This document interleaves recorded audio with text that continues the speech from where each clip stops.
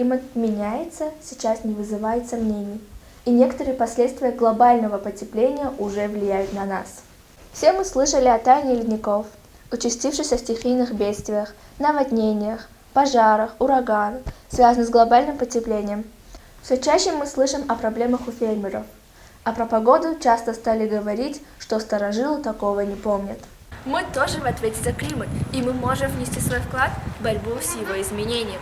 Мы должны спросить себя, что могу я сделать прямо сейчас для этого. Экономьте воду. Дефицит воды становится реальностью, и многие страдают от нехватки питьевой и поливной воды. Наша основная обязанность – максимально экономить воду.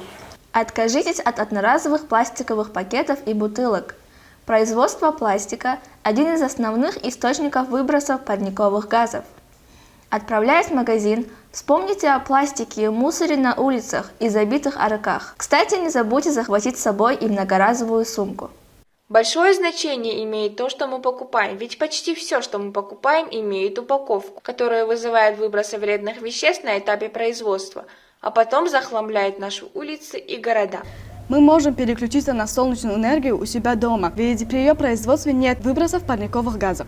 Возобновляемые источники энергии становятся все дешевле во всем мире и поэтому доступнее для нас. Сажайте деревья.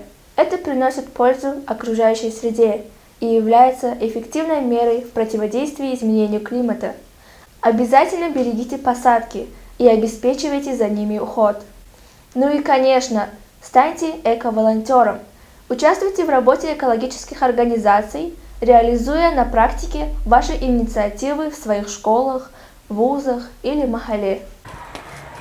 Кажется, проблема глобального потепления не исчезнет, если несколько людей, таких как я и мои друзья, откажутся от пластика, начнут беречь энергию и воду или пересядут на велосипеды. Но однако такие решения важны. Они влияют на поведение людей, заставляя их рано или поздно менять свой образ жизни. Менять образ жизни, снижая свое влияние на окружающую среду, это и значит бороться с изменением климата.